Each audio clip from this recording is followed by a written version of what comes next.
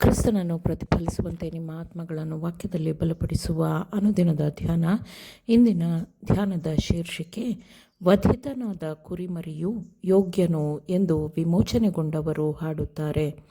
ಈ ದಿನದ ದೇವರ ವಾಕ್ಯ, ದುಃಖಿತರೆಲ್ಲರನ್ನು ಸಂತೈಸುವುದಕ್ಕೂ ಚೀಯೋನಿನಲ್ಲಿ ಶೋಕಿಸುವವರಿಗೆ ಬೂದಿಗೆ ಬದಲಾಗಿ ಶಿರೋಭೂಷಣ, ದುಃಖವಿದ್ದಲ್ಲಿ ಆನಂದ ತೈಲ, ಕುಂದಿದ ಮನಕ್ಕೆ ಪ್ರತಿಯಾಗಿ ಉತ್ಸಾಹ ಸ್ತೋತ್ರದ ವಸ್ತ್ರ, ಇವುಗಳನ್ನು ಒದಗಿಸಿಕೊಡುವುದಕ್ಕೂ ಆತನು ನನ್ನನ್ನು ಕಳುಹಿಸಿದ್ದಾನೆ.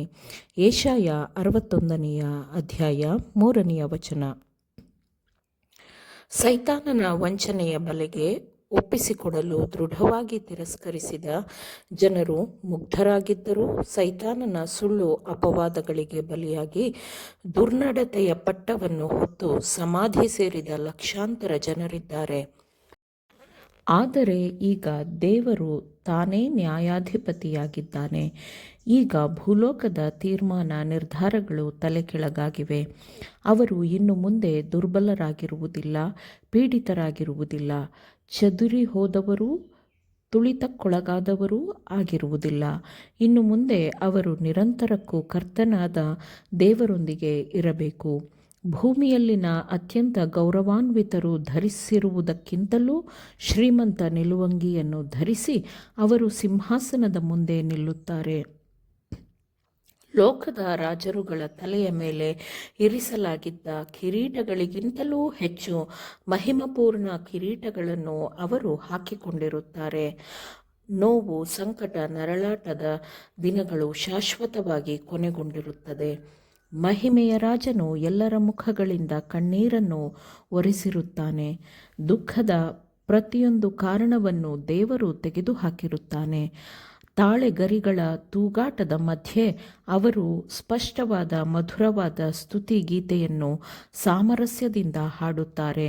ಪರಲೋಕದ ಮೇಲ್ಛಾವಣಿಗೆ ಮುಟ್ಟುವಷ್ಟರ ಮಟ್ಟಿಗೆ ಪ್ರತಿಯೊಂದು ಧ್ವನಿಯು ಸ್ತುತಿಸುತ್ತದೆ.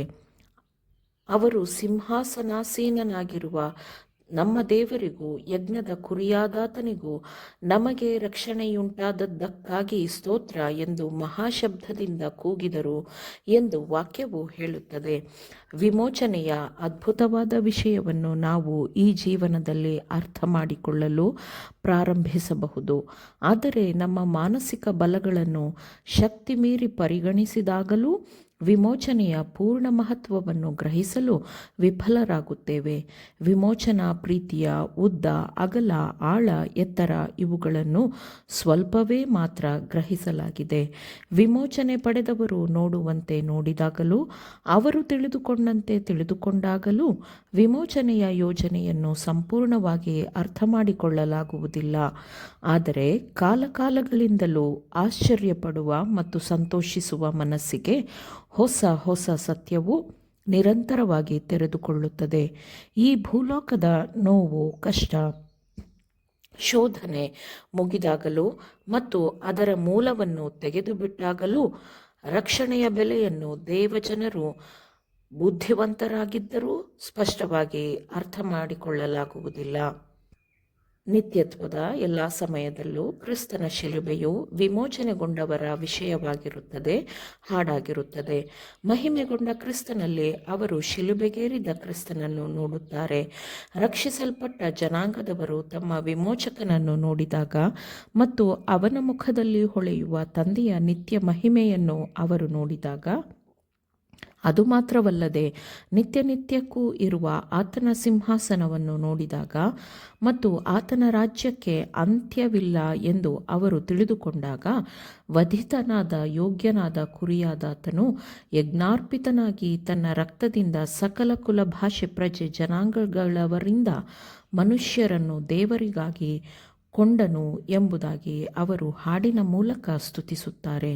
ಕೃಪೆ, ಮೃದುತ್ವ ಮತ್ತು ತಂದೆ ತಾಯಿಯ ಪ್ರೀತಿ ಇವುಗಳು ಪರಿಶುದ್ಧತೆ, ನ್ಯಾಯ ಮತ್ತು ಬಲದೊಂದಿಗೆ ಬೆರೆತಿರುವುದನ್ನು ಕಾಣಬಹುದು.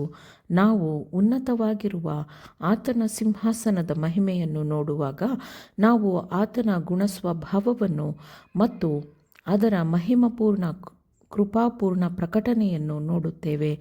ನಮ್ಮ ತಂದೆ ಎಂಬ ಆ ಪ್ರೀತಿಯ ಶೀರ್ಷಿಕೆಯ ಹೆಸರಿನ ಮಹತ್ವವನ್ನು ನಾವು ಹಿಂದೆಂದಿಗಿಂತಲೂ ಹೆಚ್ಚಾಗಿ ಗ್ರಹಿಸುತ್ತೇವೆ. ಆಮೇನ್.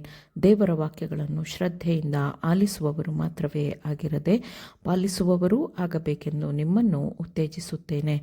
ಪರಿಶುದ್ಧಾತ್ಮನ ಸಹಾಯದಿಂದ ಆಲಿಸಿದ ನಿಮ್ಮೆಲ್ಲರಿಗೂ ಧನ್ಯವಾದಗಳು. ಮತ್ತೆ ದೈನಂದಿನ ಧ್ಯಾನಕ್ಕಾಗಿ ನಾಳೆ ಸಂಧಿಸೋಣ. ಆಮೇನ್.